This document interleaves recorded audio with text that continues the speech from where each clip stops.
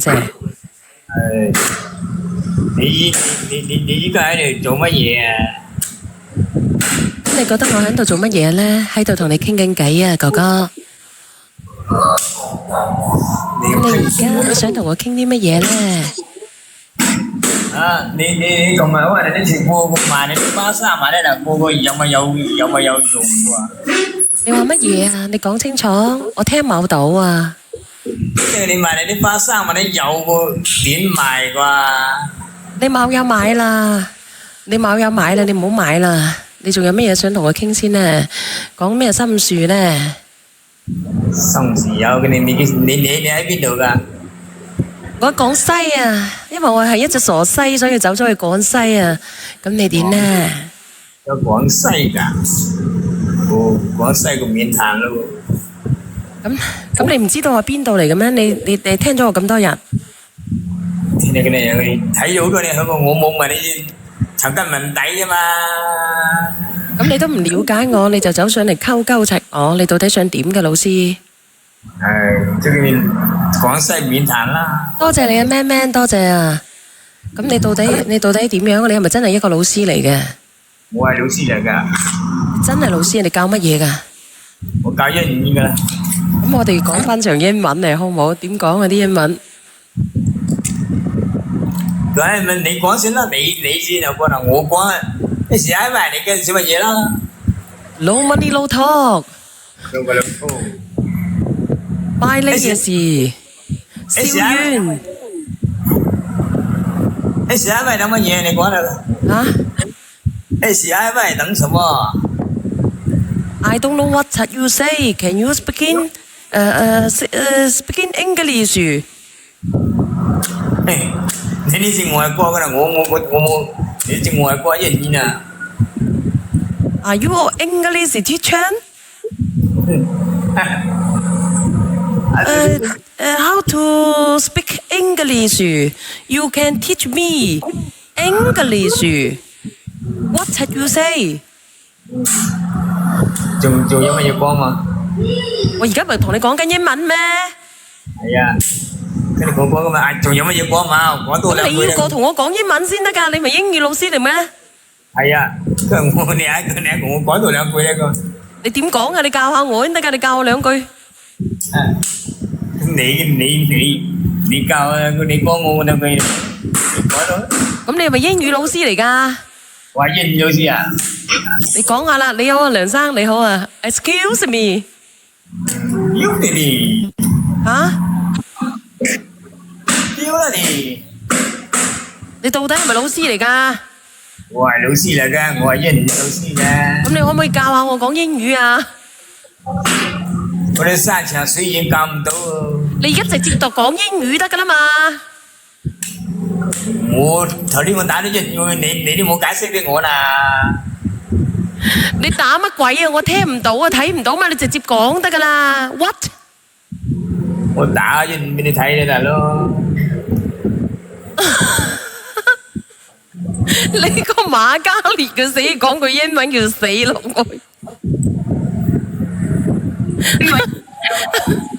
嗰個馬加列你講乜鬼嘢嘅英文啊？啊，本色哥你上嚟講英文嘅係咪？咩 ？Because I'm not to go back 乜鬼啊？我教佢講 I love you。我係唔識英文，我都識講啦。I love you 啊，講啊，聽住我講啊。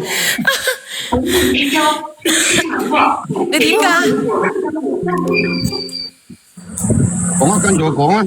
講啦，老師。講 I love you 啦。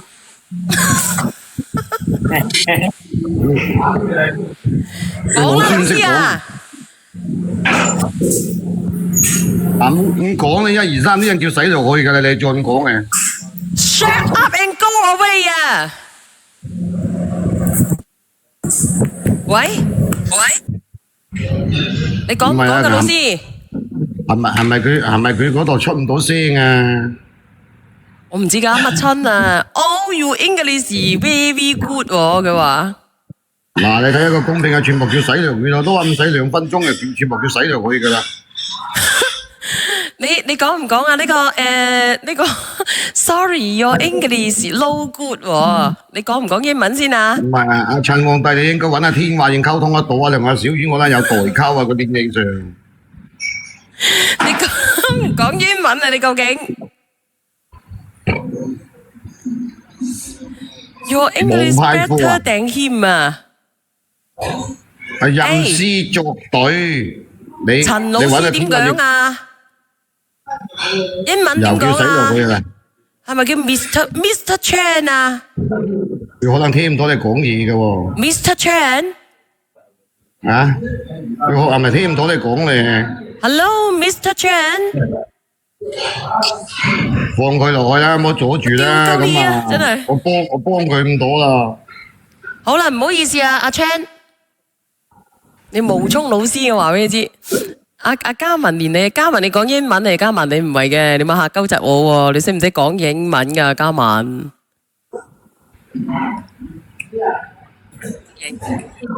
喂，你好，Hi, King Chan. King Chan, get lost. 佢走咗。佢都死咗落去添喎，同埋個邊個我識一個 I love you 啊，好優秀㗎啦已經。以為你打句英文你識英文咩？柒頭。好啦，唔好我都唔知講啲阻住下一乜嘢 part 啊！啊，激到你死唔係一個個叫我真係。洗落去啊，又是兩個洗落去，你叫我洗落去好啦，唔好叫下邊個靚女洗落去啊！好啦，我哋分享下一個故事啦，多謝晒你嘅本色啊，送首歌。你好，你好啊你又講 English 嘅係咪？我唔係講 English，我講粵語㗎。你乜嘢啊？我唔識講 English，我講粵語㗎。哦，咁你講粵語啦，唔好講 English 啦。我唔識 English 啊。其實 English 好好玩係咪啊？我以為你想講 English 啫，冇嘢，你講啦。如果唔講 English，你想講咩啊？國語定係出普通話？講粵語啊，啊，講邊個地方嘅粵語？講廣西粵語。咁好啦，你講啦。其實我琴晚練過你㗎啦，我就真係諗唔明白。明明係我嗰個弟婦害我嗰個細佬出事㗎嘛，仲害到人哋啊一屍兩命啊！但係你直播間嗰啲人仲喺度講嗰啲風涼話。我琴日發咗我弟婦個電話同埋我個電話俾你㗎啦，但係你都未覆我。我已經直接叫咗佢嚟直播間㗎啦。你而家同我練佢啊！連佢啊，因為我睇唔到啊，因為我鼻塞，我根本我都睇唔到。一陣間佢就會嚟㗎啦，我叫咗佢嚟㗎啦。但我冇叫人匿名連咪喎，我冇見到人匿名連咪喎。陣間我再叫一下佢，但係我就希望你揾翻一個咩忠實啲嗰個評論員咯，嚟同我哋講翻句公道話咯，同我哋調解下。咁希望啊，唔好揾嗰啲撩事鬥非嗰啲啊，挑事挑非嗰啲啊。咁你打個比方啦，邊啲人叫做撩事鬥非、挑事挑非先？講實話啊！嚇？實事求是講實話，唔好偏邊個講公道話，嗰啲咪係咯。咁邊個撩事鬥非先？你講明先，等我備註下先。咁我唔識啊嘛，我又分唔清楚啊嘛。你咁多評論員，我點知道邊個係啊？咁你心中肯定有譜嘅嘛，係咪啊？咁你講俾我知先，你大概估計佢個名叫咩名先？撩事鬥非嘅。我唔知嗰個叫咩名啊，橫掂我就希望你同我揾嗰啲咁嘅評論員出嚟，咁我哋先至會有公平啲啊嘛，係咪啊？咁陣間揾到個佢就係幫我弟婦嘅，咁我咪好慘係咪啊？站喺中間立場係咪？係啱，你講得啱。咁你琴日咁多個評論員，你睇啱邊個評論員啦？我冇記性，我見唔到啊。見唔到係咪？係啊。咁你咁但係我冇見有人連咪喎，你再問問。好。個個都企喺中間，咁你一個評論員都唔記得咩？尋日嗰啲名？唔記得啊，我就聽佢哋講嘢咋，我唔知道佢叫咩名㗎。OK，咁你可以認住嗰啲人啲名㗎嚇。認住啊，好，咁今日開始我認住佢，我睇下邊個好嘅，下次我再點名佢做我嘅評論員，好唔好啊？好啊，你好啊，米粉，咦，我冇匿名咩？你冇匿名啊？一連上嚟就知道你係邊個嚟㗎啦。咪係咯，我琴晚上過嚟噶嘛，大姑奶。我真係認唔到你啊，米粉，我仲未見到你嗰個弟婦連上嚟喎，佢係咪真係連㗎？佢話咗嚟噶啦，唔知點解咧？大姑奶，我講一句你回嘅咋，我關死咗我㗎係咪啊？落去噶。我悄悄。大姑奶，唔好貪錢啦，人哋問你啊唔好死貪錢啦。我哋又見面啦。我見唔到你。佢答應我嘅，佢肯定會嚟嘅，小圓姐姐。哦，咁你睇睇佢先啦，你睇睇佢先啦，哦，好啊，好啊。你問問佢先啦。嗱，米粉，你我同佢傾下偈都得㗎。佢一陣間話我嘅。我覺得你應該係好人嚟嘅，講話是時頭是嗰種嘅。我聽你把聲我就知道嘅啦。你覺得佢好人係咪？係啊係啊。嗱，你等等我先啊，我隨便連啲人上嚟睇，你聽聽佢係咪好人嚟啊？嗱，有冇人連上嚟嘅？俾佢聽聽佢把聲嘅，睇下好唔好嘅？有冇人啊？有冇好人啊？連上嚟聽聽把聲啊！匿名啊，記住。佢話你係好人嚟嘅喎，其他啲應該唔方好㗎啦，我估計咁啊，冇人連過上嚟啊嚇！我睇下呢個先有個匿名連麥嘅，誒聽聽呢個先。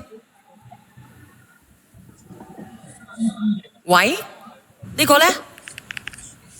你估我好人定係壞人？哦，把聲好好聽。好人。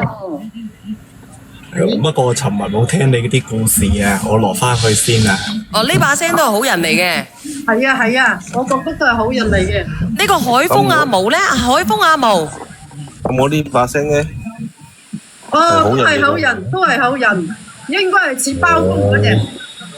係咪啊？屌個個都俾你講好人嘅喎。係啊，我覺得個個都係好人嚟嘅。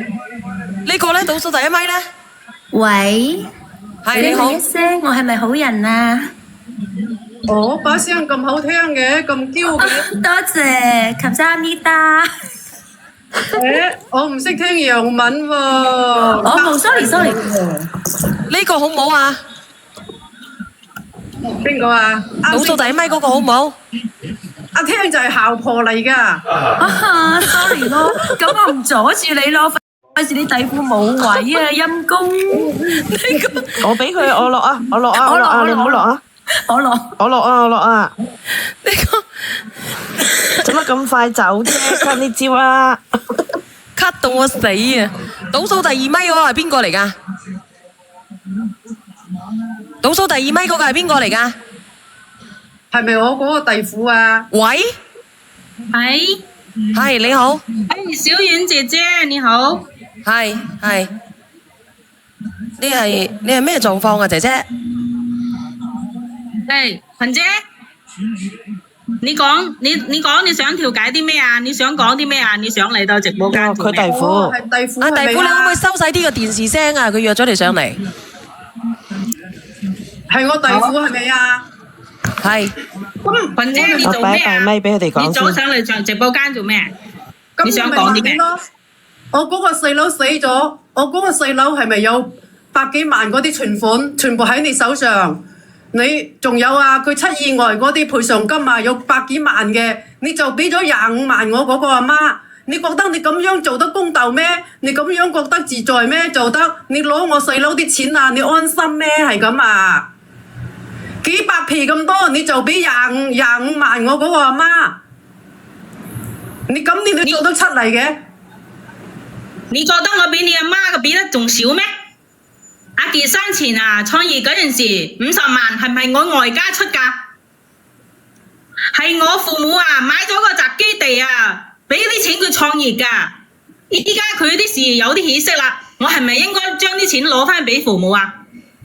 都好應該啊！仲有啊，阿傑啊收入高嗰陣時候，每個月都有將嗰個工資俾我2萬蚊。咁佢其他嘅錢咧，全部放喺個公司上面運轉。你阿媽每個月都要問佢攞錢嚟補貼你，你以為我唔知啊？仲有啊，你隔3餐5啊就問阿傑攞錢，你又以為我唔知咩？我依家俾你阿媽嘅錢啊，係合法合理嘅。如果你覺得唔啱嘅話，你就唔係起訴我咯。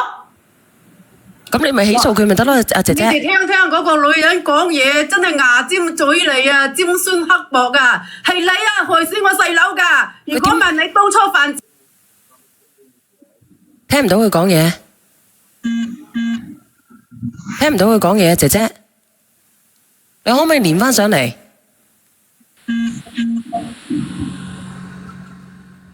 嗱，我倒數第一咪啦。喂 Hello， 喂 hello， 係小圓姐姐，係我想同你講啊，我同我老公咧都係真心相愛嘅，根本都唔存在啊阿群姐咁樣講嘅呢種嚟上邊直播間度搬弄我同阿傑嘅是非，你話佢係咩人嚟㗎？弟婦，你聽我講喎。弟婦，你聽我講，即係你外家咁犀利啦，你應該都有請個律師㗎。咁你嗰度百幾萬即係遺產啦，我唔講話你嗰個撞親賠嗰度啦。咁你嘅遺產嗰度咧，如果你諮詢個律師，咁你真係有一部分要賠俾你家婆嘅喎。我平時啊照顧佢，我都未出聲啊。嗱，你聽我講埋先。如果你有諮詢個律師，你肯定知道你要賠俾你家婆個遺產嗰部分，因為咧佢嘅阿媽包括你老爺奶奶，佢都係第一順位嘅繼承人嚟嘅。即係其實你分佢嗱，你聽我講埋先啦。其實你分俾你奶奶分唔到好多嘅咋，因為你夫妻共同財產劈開一半，有一份係你嘅。咁另外嗰份咧就係你嘅女，你一個女係咪？再計埋你奶奶，咁3份，即係等於係有一半首先劈開一半100萬，有50萬係歸你嘅。咁剩低嗰一半咧就劈開3份，咁你都係俾少少你奶奶啫。咁再減翻之前你哋外家嗰度咧，唔係你有50萬贊助佢嘅，咁跟住你減翻嗰50萬，跟住再去俾翻佢。其實嗱，我話俾你聽，發展到今時今日，嗰個伯爺婆佢點樣衰，佢都係好可憐嘅，佢冇咗個仔。你嗰度剩翻嗰10零20萬，你俾翻嗰個伯爺婆啦。我依家冇話唔俾啊，都有俾啊。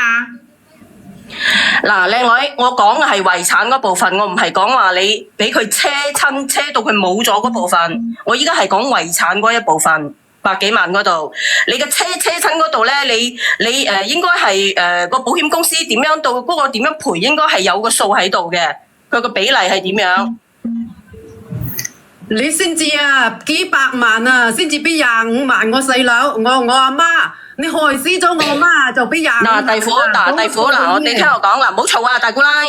嗱，弟婦，你聽我講啦，即係其實咧，嗱，你有得咁嘅錢，你咪根據法律咯。你叫你阿奶奶起訴你分俾你，依家你呢個奶奶分唔到好多嘅咋，你最多都係分10零20萬俾佢啫，係咪啊？咁斷咗佢，即係唔係講話你交通事故嗰度喎，係指遺產嗰一部分喎，你咪分俾佢咯。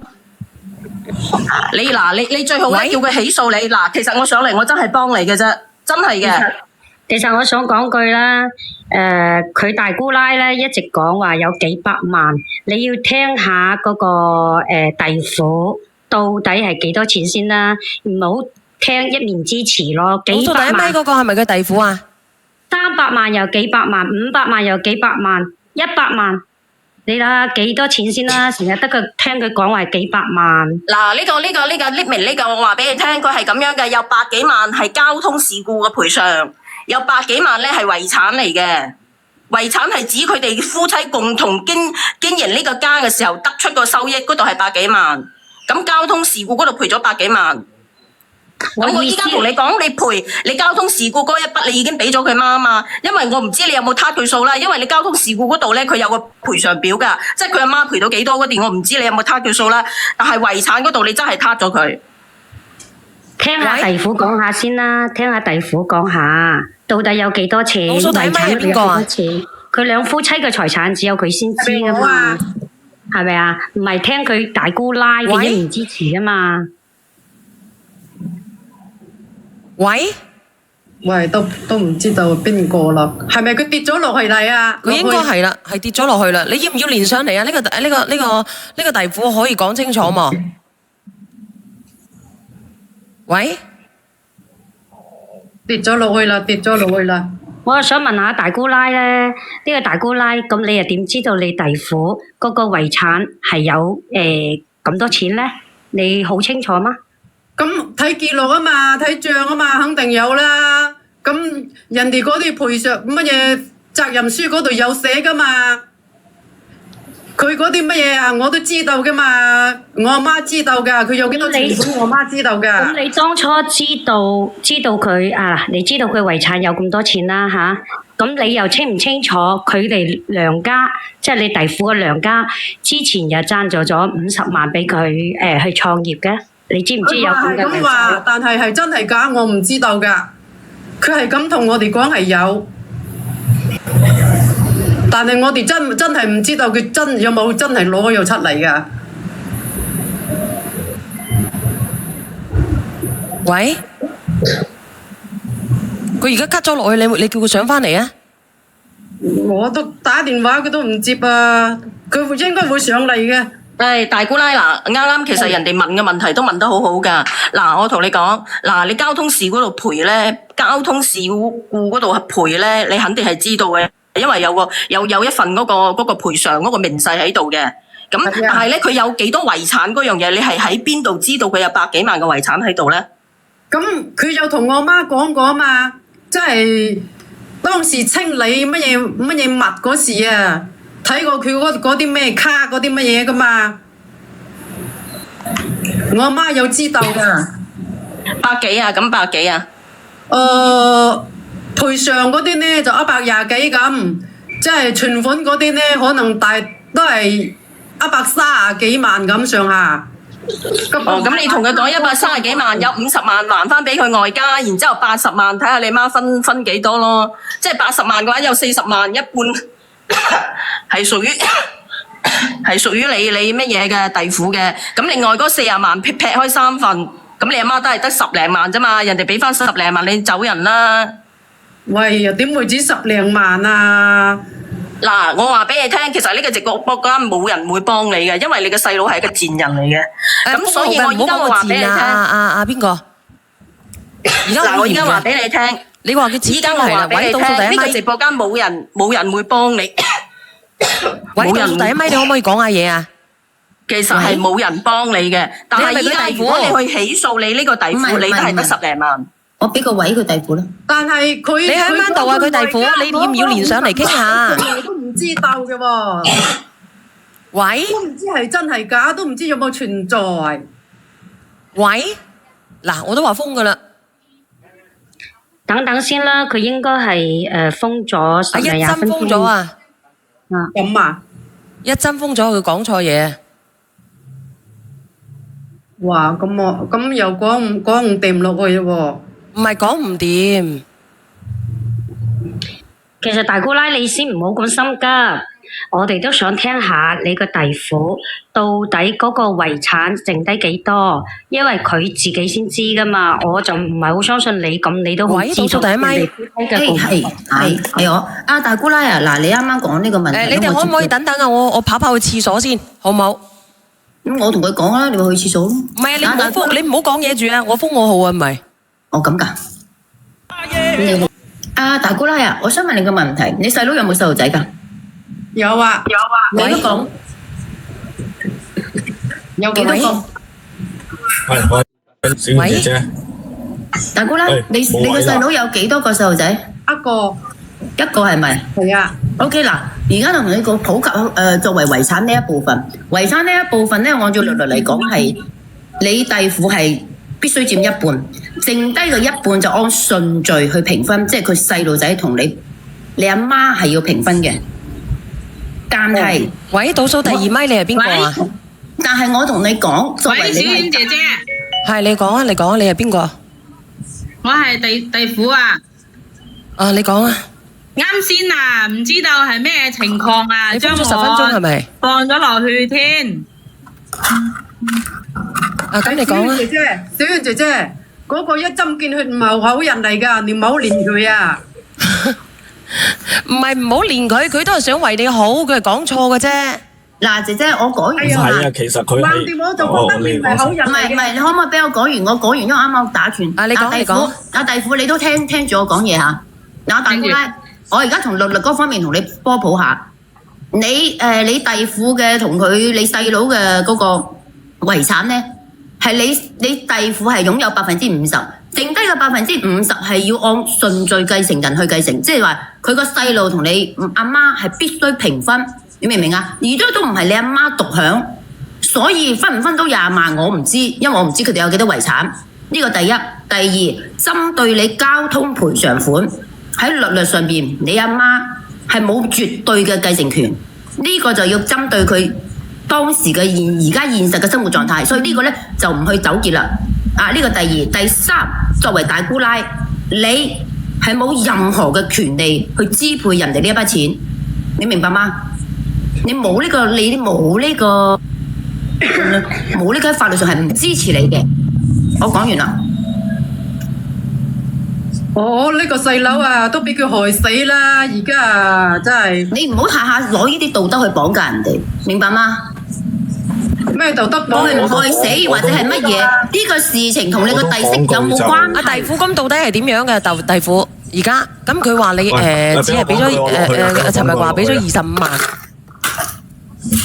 喂，嗰個大姑奶啊，其實佢有幾多錢，你要通過審計有幾多錢，然之後佢欠晒啲外債，再然之後阿振堯，你等佢講講先啦，佢俾咗幾錢啊？你俾咗幾錢啊？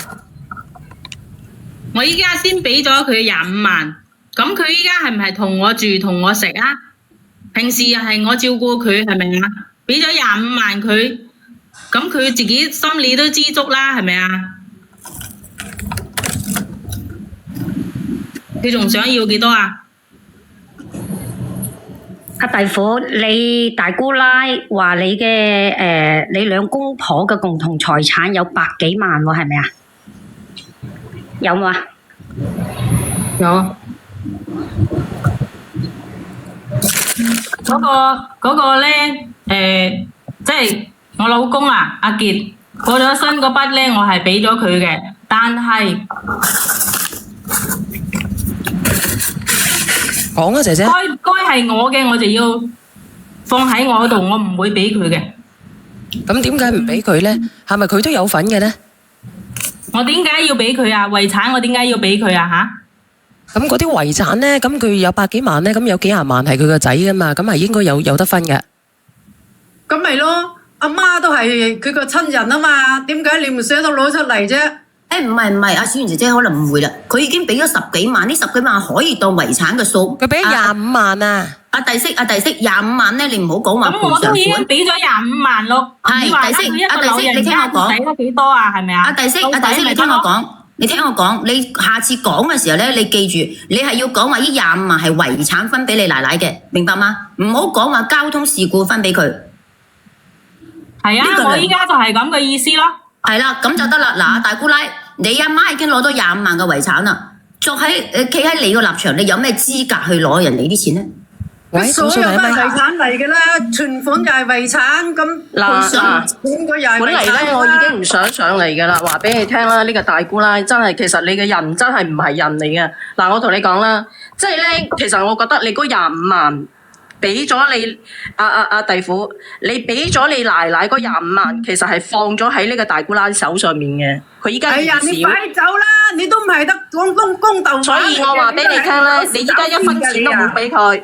你1分錢都冇俾你奶奶，如果你奶奶想要錢，你叫佢起訴你，你去到盡頭，你依家最多賠翻10幾萬俾你嘅啫。唔得啊！你自己中意聽就聽，唔中意聽就落去啊！你聽就得啦。鏟佢落去，我幫緊你，你仲喺度講説話。你聽人哋講嘢先得㗎。你講嘅都係法律上係咁樣分配㗎，你去問律師啦。你講，你繼續講啊。嗱，呢個弟婦依家唔係話同佢奶奶一齊住嘅咩？咁證明呢個弟婦係一個好人嚟嘅。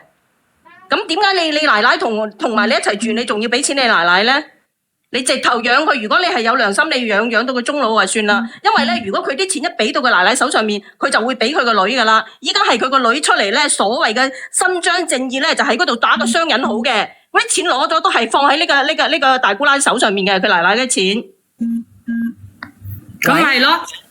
我俾我個錢咧，佢又同我一齊生，喺埋同我一齊生活嘅，我放得去邊度啊？係咪啊？始終佢有食有住，咪得咯。而且又俾咗25萬佢咯。我想問下你，我想問你，你係咪打算成世都喺度照顧你呢個奶奶？我冇呢種諗法，我依家趕個車啊，我要趕個車啊。哦，咁你要趕佢扯啊？倒數第一咪。嗱，我完全支持阿一針嘅。咁你點解要趕佢扯咧？你都唔知佢幾過分啊，小袁姐姐。點啊？你講。佢啊，成日將佢自己屙啲屎屙啲尿啊，倒喺我自己我住嗰間房啊。你話有冇咁收家㗎嚇？呢啲人咁毒嘅。換著係你講啦，我同你講啦，你講就講啦。嗱，我同你講，因為呢啲係你哋嘅家事嚟嘅。咁總言之咧，如果佢依家佢要你嗱，我同你講，我估呢個八姨婆咧，佢都係不得善終嘅，因為佢呢個女對佢唔會真心嘅。佢你所謂嘅大姑奶，我同你講，所以嘅話，你如果佢叫佢想要錢，你叫佢係起訴你，叫佢起訴你，佢要揾證據揾到佢暈嘅，話俾你聽啦。我對佢忍無可忍，佢唔單止你中意抨就抨啦，因為你呢個所謂嘅奶奶都係成身罪孽嘅，我同你講啦，你個奶奶始終都係聽佢個女嘅，都唔係咩好人嚟噶啦，即係呢啲嘢你呢個大姑奶所有嘅錢咧，佢依家收所有嘅錢，佢都唔會對佢阿媽好嘅，你信唔信啊？佢唔會對佢好嘅。你覺得佢阿媽對佢嘅家即係佢自己阿媽唔好係咪呢個大姑奶？係啊，唔會好噶，你信我啦。因為佢根本嘅人都唔係講道理嘅人嚟嘅。其實上嚟嘅話，我真係勸呢個弟婦俾翻10零萬佢，因為遺產我俾翻10零萬。其實如果按照佢嗰條數咁樣咁樣計嘅話，差唔多你俾翻10零萬佢，即係遺產嗰筆你嗰個事故交通事故嗰度我唔知啦，因為你嗰度有分配嘅，你嗰度有寫明嘅。25萬頂籠噶啦。見好就收啦，所以弟婦呢啲嘢，你哋家事我哋確實唔方便插手，即係針對佢而家講嘅呢一筆數，其實你盡咗人事噶啦。係啊，我同意你嘅講法㗎。我已經俾咗25萬㗎啦，我都唔會再佢同我再要嘅話，我亦都唔會再俾佢。我覺得我真係你佢行法律程序啦，搞死佢。你知唔知佢點解咁憎你啊？呢個弟婦，你知唔知點解佢咁憎你啊？因為咧佢個細佬死咗之後咧，嗱我同你講，因為佢細佬死咗之後，佢又冇一個細路，又冇一個細佬，咁成日叫佢俾錢佢使啦，同埋咧佢個呢個阿媽咧，即係依家唯有係佢一個人去照顧嘅啫。佢死咗個細佬，你都唔知佢有幾廿個㗎，幾鬼黑人憎嘅，你知唔知啊？點解？佢阿媽咧時不時啊，我老公喺嗰陣時啊。又問我老公攞錢，仲要轉頭又幫貼依家呢個群姐啊！而且咧，我呢個群姐咧隔三差五咧又同我老公死鬼老公要錢，而且從嚟都唔還過嘅。你話啦，呢啲人都有嘅，我哋又唔係參與，所以佢咪憎死佢咯？係啊，你斷咗佢嘅財路咯。佢個細佬死咗，佢咪冇收入咯？係啦，斷咗佢嘅米路啊！翻上嚟你話，你斷咗佢米路，佢咪憎死你咯？有冇聽到我聲啊？聽到啊！我以為你咁樣啦，你上嚟呢個直播間冇用噶，一切係根據法律噶。呢個大姑奶，你講啊，你講。法律點樣判就點樣判，你死去揾證據啦。噏3噏4。你講啊，姐姐，咁你咪成日借錢咧，成日補貼啊？喂，我話俾你聽啊，人哋嗰個弟婦仲可以追翻你啊！你細佬俾你嗰啲錢啊，嗰啲係共同財產嚟嘅。係咯，我都未出聲啊呢一句，佢一直咁我阿媽都佔有份噶嘛，係咪啊？我阿媽都係你阿媽嗱，你阿媽啊嘛，你成日都覺得你阿媽有嗰份財產嘛，咁你咪去起訴咯。你覺得咁有道理，你上嚟呢度做咩？一個情感直播間去講財產分配喎？你係咪揾錯地方咧？喂，你嗰啲評論員啊，我阿媽都60幾歲咯，我細佬又俾我嗰個弟婦害死咗，我嗰個弟婦全部你唔好亂噏啊！群姐要唔好亂噏啊！揾錯直播間喎！你哋都唔幫我，你哋都唔同情我。老太婆，你聽清楚啊！呢個係情感直播間嚟㗎，你叫人哋喺度同你分析財產點樣分，你係咪揾錯地方啊？咩叫情感啊？我而家啊有問題啊，係你有咩問題啊？你財產分配，你講埋佢啊！你覺得唔公平咩？佢俾咗25萬，佢仲唔公平？咁肯定唔公平啦！你話大啦啦，唔公平你咪去揾律師咯，唔公平你去揾律師咯。200幾300萬喎，先至俾25萬我阿媽，仲要趕埋我媽走。嗱，你收聲！又唔俾我你係咪覺得用情感可以去分配法律個財產？我就問你咁簡單。嗱，唔係嘅，用唔係嘅，可以分配到法律應該分嘅財產，係咪你咁樣理解？唔係，嗱，我哋咁樣先啦，一針，嗱，你聽聽啊，嗱，你聽聽我講啊，咁你話佢趕你阿媽走，咁啱先你弟婦講嘅係佢將啲屎尿低喺你個弟婦嗰張牆嗰度，我問你，邊個受得到？但係呢啲係佢老人係咪痴呆咗啊？佢唔係老人痴呆，我相信唔會啊。驚到邊咩樣咁啊！唔單止將啲屎啊尿啊倒喺我個床上邊啊，仲要日日咒我啊！唔單止咒我，仲要咒埋我個女啊！你知唔知啊？阿傑嗰個死咧，唔係因為我，佢係屬於意外，而且係佢出去揾嗰個女人嗰陣時候，中途出嘅意外。你哋咧一家人咧，唔單止唔理解，仲要將嗰啲責任全部都賴喺我個身上，你話啦？仲有啊！如果你當時我想同你講啊，嗰個手機，你俾翻嗰個手機。喂，弟婦，我想問你一句咧，佢咁排斥你係咪因為你生咗個女啊？可能係佢重男輕女呢種思想嘅話，多多少少有啲原因。喂，呢個大姑奶琴日上嚟講，好似講到你係個死窮鬼咁樣個樣嘅喎。佢哋一家人都唔中意我，唔同意我，因為又嫌我係農村嘅，嫌我學歷唔夠高，然之後咧配唔上佢哋屋企。你父母都可以攞到50萬出嚟俾佢做生意喎，農村有幾多可以俾女婿？我剛剛想講呢樣嘢啦，我就剛剛想講呢樣嘢。咁明知道呢樣嘢佢睇唔起你，點解又叫你娘家借50萬俾佢去創業咧？係咪？係啊嘛。咁我屋企雖然窮，但係咧佢喺有需要嗰陣時候咧，我哋屋企人全部都撐佢。點撐啊？點撐？哎呀，我都話咗㗎啦，弟婦，你同我嗰個細佬啊，倒數第一咪，倒數第一咪點撐？我都唔夠膽出聲，不斷咁樣 cut 啲人落去。喂，唉，阿大姑奶啊，你最好就收聲啦，因為呢度確實係情感直播間，你再係咁樣落去嘅話，等你嗰個底息上嚟嘅話，我同你講，你1分錢都攞唔到。咁我哋而家講緊嘅都係情感啊！情咩感啊？大姑奶見好就收啦！我係你弟媳，你唔告我，我告你啊！咩？你告我咩啊？我今日人哋個你個細佬攞俾你嗰啲錢，唔係共同財產啊？你有冇腦㗎你？共同財產咁咪應該分咯？分咩啊？你係我哋乜水啊？分？喂，我係親屬嚟㗎嘛？親屬都係你好有份㗎喎。啊，弟媳喺咪度啊？弟媳。喂。喂，弟媳啊，你咁樣嗱，我而家同你講喺度拗係冇任何意義，佢哋絕對就唔會行法院呢個。既然係咁嘅話，我俾呢個建議就係你去告你大姑奶，將你當初你老公俾佢嗰啲錢作為共同財產攞翻嚟先。喺呢個起訴嘅過程中，你將所有該處理嘅問題全部處理好。你聽唔聽到我講嘢？費事以後有手尾。你聽唔聽到我？聽唔聽明我講嘅嘢？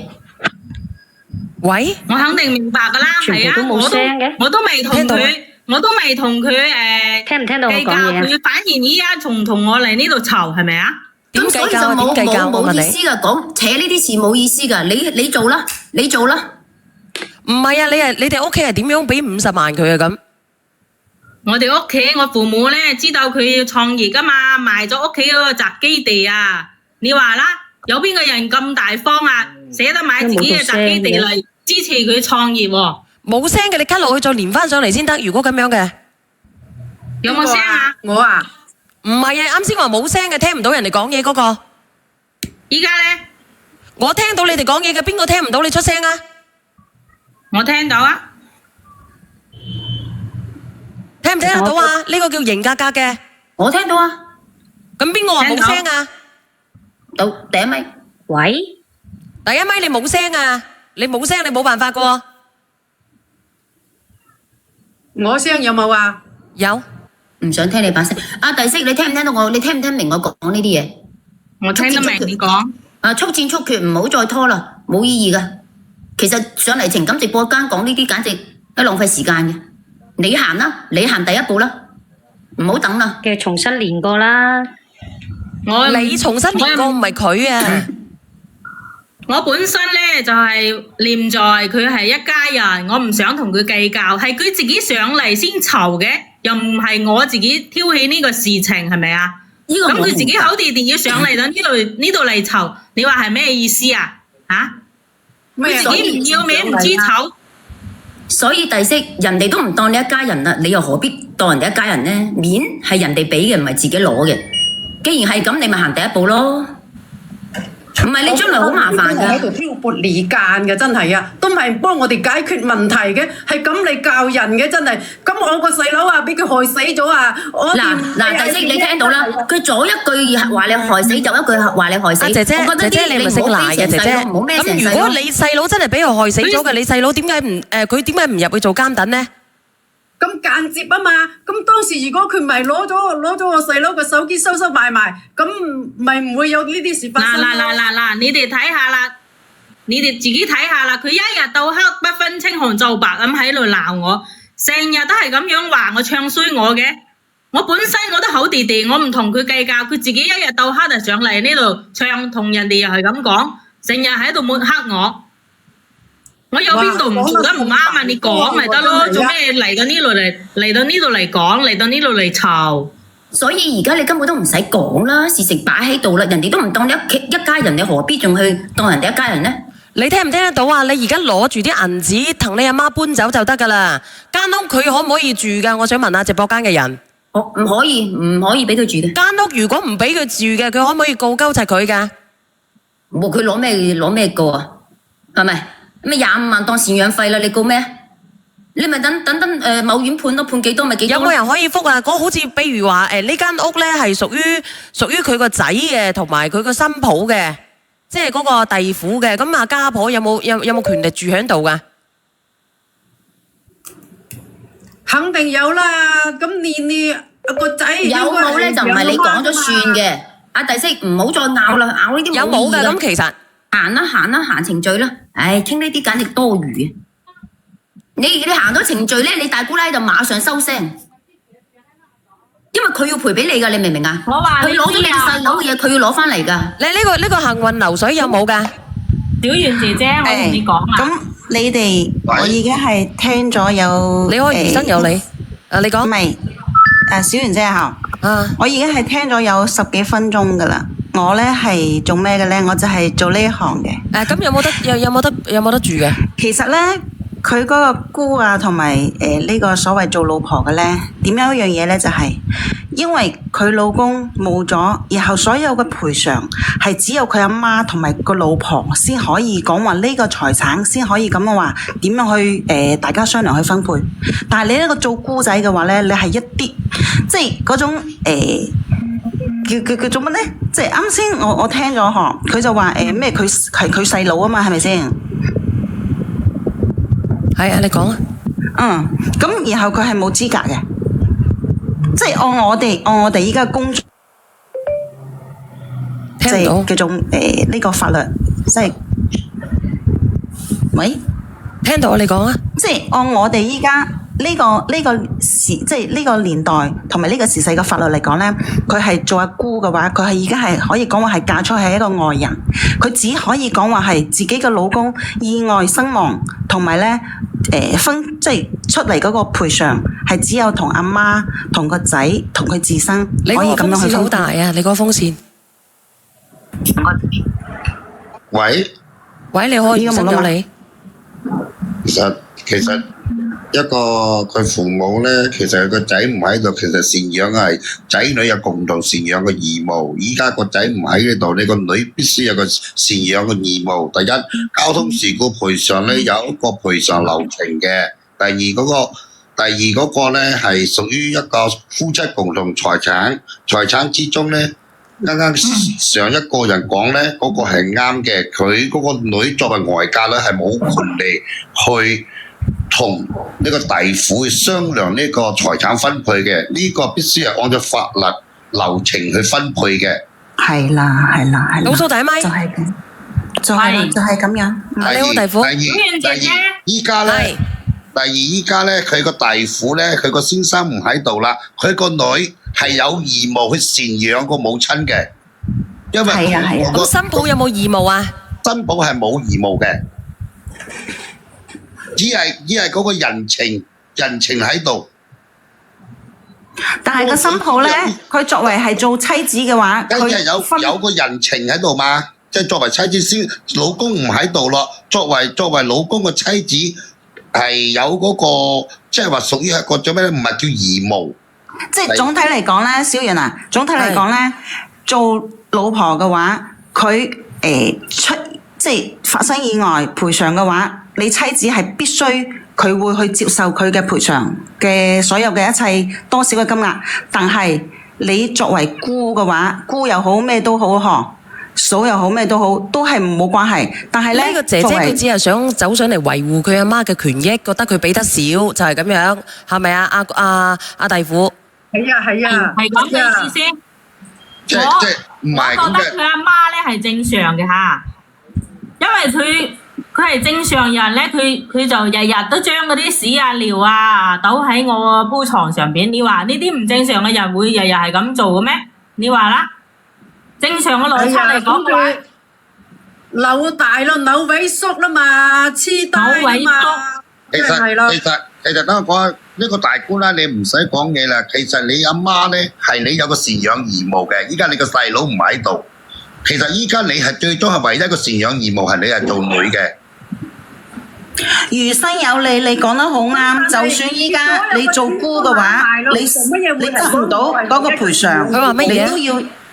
阿餘生有你，你係講得好啱嘅。就算佢依家你個做姑嘅話，你個細佬出咗事，個賠償金係唔需要俾你，但係作為你係你自己嘅老母，你亦都係有責任去撫養去照顧佢下半生，就係咁。我明白你意思。第一，作為弟婦，佢老公唔喺度，係代佢老公有個義務去代佢老公嘅義務。咁呢個係情義啫，係咪先？係啊。義務。第二，嗰個賠償金交通事故賠償金係按照嗰個流程賠嘅。第一，佢個家庭同埋小孩讀書撫養嗰個嚟配嘅分配嘅，仲有一個咧就係話死者個老母該分幾多，咁即係屬於係嗰個養育費嚟嘅。我阿媽我會養，但係嗰啲錢咧一定要分一半俾我阿媽。呢個阿大姑奶唔係你口中話嘅大姑奶，唔關你請埋向法律話幾多就幾多。唔係話你話分一半就一半，佢黑你可唔可以啊？你唔好喺呢度唱得你咁好啊嚇！我同你講，你以為你就弟婦黑你個細佬，人哋你弟婦好似話你黑你細佬啫，呢個係咪唔係姓賴嘅喎？你可唔可以叫佢哋平靜一下咧？你講。即係依家最基本最簡單嘅一樣嘢就係你做姑又好，乜都好嗬，你係得唔到死者嘅一分賠償嘅，你係冇資格嘅。第二，佢係佢妻子係直屬嘅，仲有佢媽同埋佢仔女啊。咁其他所有嘅嘢咧，賠償係點樣去分配，睇佢哋三個之間係點樣去商量。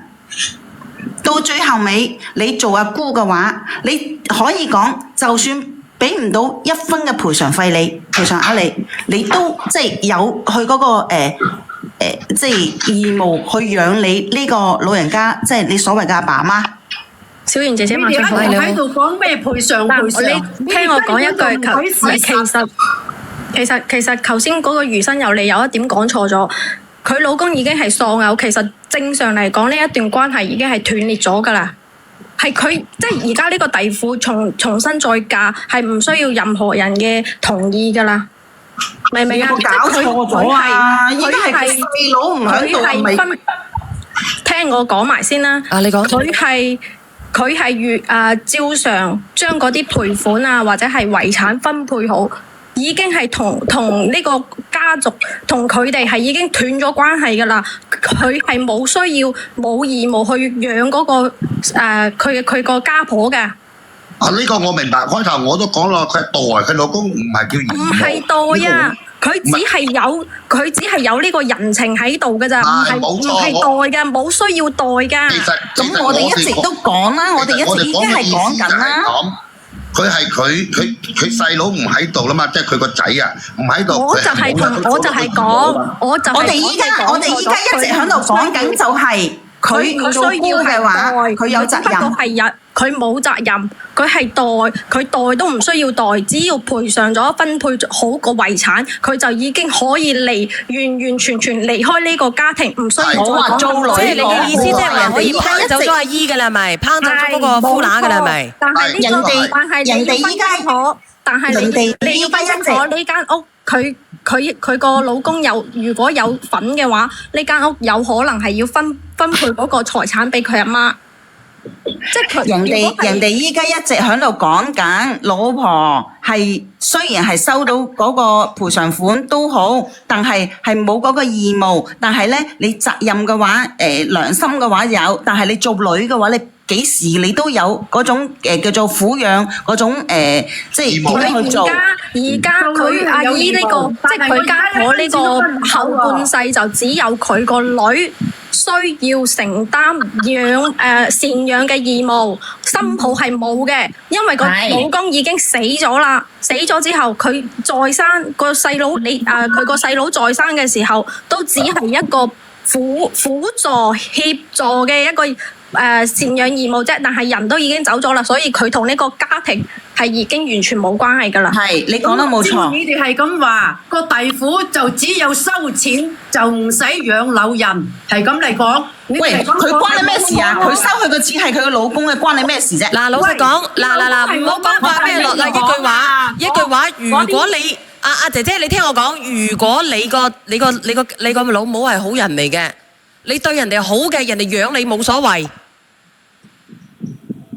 咁點解唔好啊？咁點解唔好啊？屎屎尿尿倒去人哋嘅張牆，係咪真係個頭腦有問題啊？佢正唔正常啊？其他啲姐姐個頭腦都亂咗咯。姐姐，佢頭腦如果有問題嘅，你可以去家好出一份報告，佢真係有問題啦，咁就覺得佢係有問題啫。咁我問你自己做家婆嘅，我再問你哋一個問題啦。你個家婆對你做呢啲嘢，佢頭腦正常嘅，佢喺你張牆嗰度潑屎潑尿。你願唔願意接受同佢一齊生活？日日同佢嗌，日日同佢嘈。所以我依家咧，我接好多單都係呢啲嘅婆媳關係咯，我就要攀佢出去啦。你哋話唔係啊？唔到你接唔接受㗎？仲有都會發癲啦。你呢個真係即係死唔斷氣咁樣。你成日你都講你係做姑嘅，你係外人嚟㗎，你係參與唔到㗎，你知唔知啊？佢係參與唔到啊！佢咪煽動個家婆咯。煽動老母咯，你講咁多做乜嘢啊？走法律程序係啦。如果你覺得你法律程序嘅話，你絕對走唔通。阿大姑啊，如果你覺得有咩問題就走法律程序，其實喺度講唔會因為我哋一兩句咧就可以俾翻啲錢你阿媽嘅。佢走有乜嘢就走法律程序，有乜嘢證據就去走程序就係啦。你講咁多廢話冇用。走唔到㗎，走唔到㗎。搞到人哋一屍兩命，有冇情住走啊？你有冇證據係佢搞到你細佬走咗嘅啫？佢話佢搞到人一屍兩命，佢係搞到阿姐姐，你嘅意思即係話就係咩問題啊？我唔知咩問題搞到人哋一屍兩命係咩問題啊？阿弟婦話佢去揾佢個老公要去揾個女人喺路上走咗嘅。咁佢又話搞到佢人哋一屍兩命係咩問題㗎？好似尋日講過㗎。係啊。當時啊，咁佢哋嘈交啊嘛，講嘈交咁，我嗰個弟婦啊，日日揾嗰個女仔啊，即係我細佬之前拍嗰個女朋友啊，揾佢嘈交，去鬧人哋又咩啊，2+1啊，咩啊咁嗰個女仔咪咩咯，睇唔開咪開煤氣咯，開煤氣咁當時嗰個女仔都有發信息俾我細佬嘅。嗰日咧就啱係我嗰個弟婦收埋我細佬嗰個電話，所以我細佬就睇唔到嗰個信息。如果佢唔收埋我細佬嗰個電話，我細佬就肯定睇到信息，嗰個女仔就唔會一屍兩命。你知唔知啊？咁都得啊？你個老公群姐，你唔好亂噏廿四啊嚇！你個細佬係佢自己嘅事，加一就冇問題嘅。你覺得係好正常嘅？你聽埋嗰個邊個先？呢個姐姐，你聽埋嗰個弟婦先。弟婦你講講。我要反駁佢呢句話哦。一屍兩命，我根本都唔知道佢有呢啲咁把戲嘅。首先咧，佢要自己玩呢啲咁遊戲，我唔同佢參與嚇。煤氣罐咧係佢自己領嘅，而且咧佢又唔係第一次玩呢啲咁把戲噶啦。每一次啊，邊次唔係啊？趁阿傑同我個女喺埋一齊玩嗰陣時候咧，佢就發信息啊，叫扮可憐扮嘢啊，叫阿傑出去陪佢。群姐，你話啦，你自己都係一個阿媽，你又係人哋嘅老婆，咁假如你老公俾人哋其他第三個嗰個人騷擾，或者係一直喺度扮可憐叫出去嘅話，你會點諗啊？換着你係你點樣咧？哇！咁你又講啊，中第一咪同埋啊，中年大叔。唔係上高冇嘈就好，冇聽到耳朵就聾咗啦。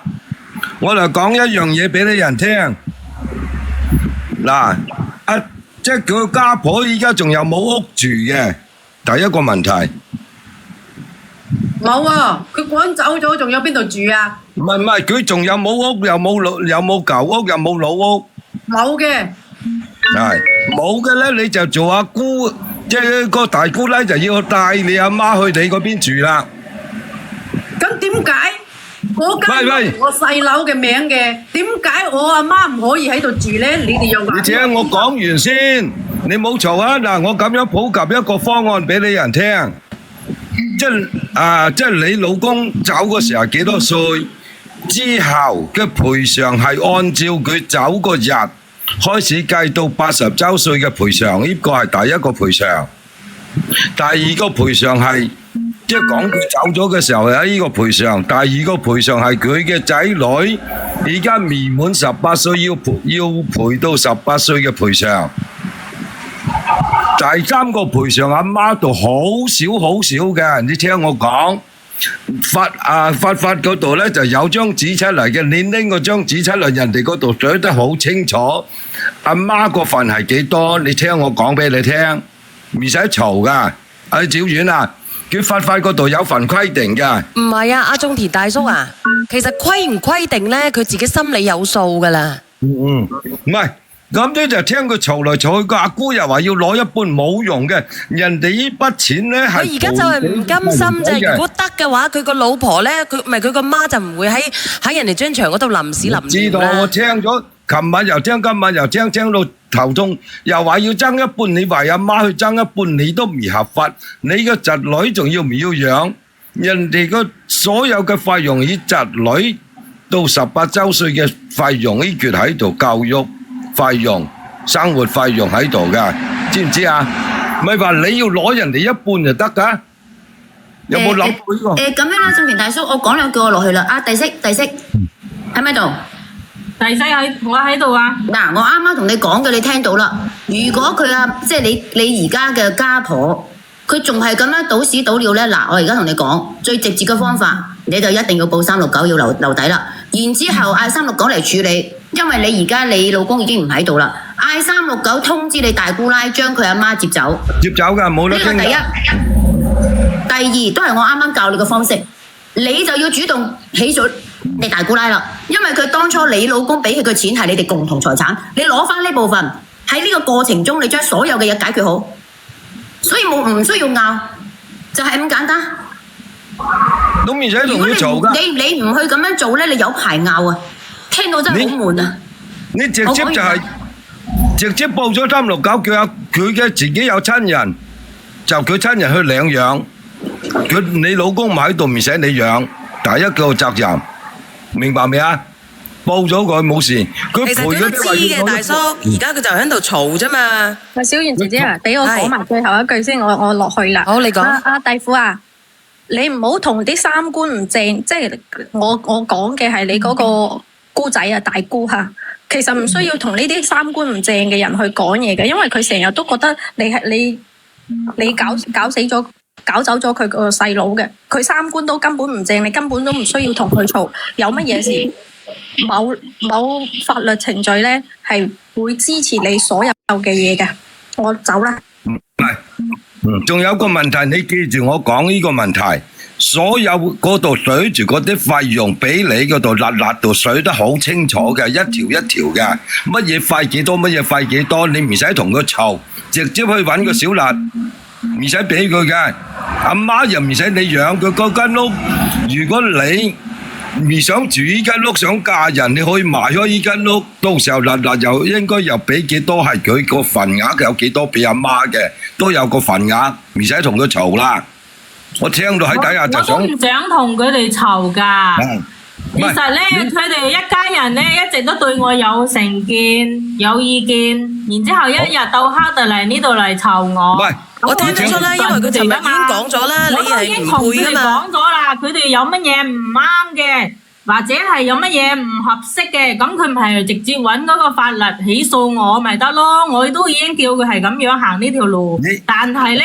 佢就一直都唔係按照我講嘅去做，佢就係用佢自己嘅方式，一日到黑就上門嚟騷擾我，然之後咧仲要煽動佢阿媽嚟唱衰我。煽動佢阿媽嚟唱衰佢，佢就係因為你佢覺得你分配不均，佢需要你嗰嚿錢，你唔使理佢就得㗎啦，姐姐。如果可以嘅賣屋走人。你而家咁樣，你聽日開始叫人哋上嚟換咗把鎖。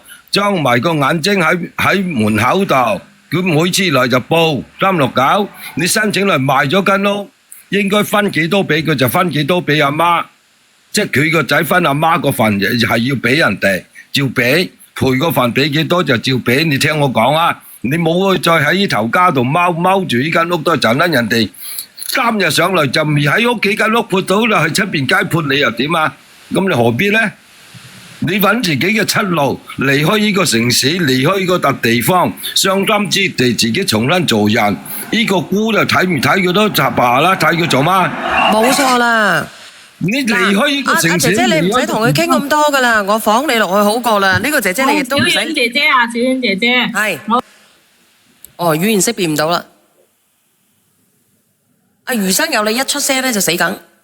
我都冇出聲啊，你又賴我嘅？唔係啊，嗰個邊個啊？我睇你出聲啫，我都冇出聲。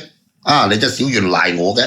唔好意思啊，咁樣真係好煩。你都好似個大姑奶咁啊，賴我。你咪賴我，我唔係，我話上邊個人一講嘢咧就躝咗落去。你而家講話餘生有你，你一出聲就跌咗啦，我都冇出過聲。對唔住啊，我同佢唔係親戚關係嚟㗎，你唔好賴我啊，好唔好？得啦，你表姑得啦。唔係啊，表你個屎忽啊！唔係啊，我唔係講咩意思啊，餘生有你，我冇咁冇素質㗎。佢係冇素質就唔關我事㗎，知冇？冇事。好咧，咁我放你落去，我唔連佢上嚟啦嚇。好，拜拜。嗱，咁直播間嘅。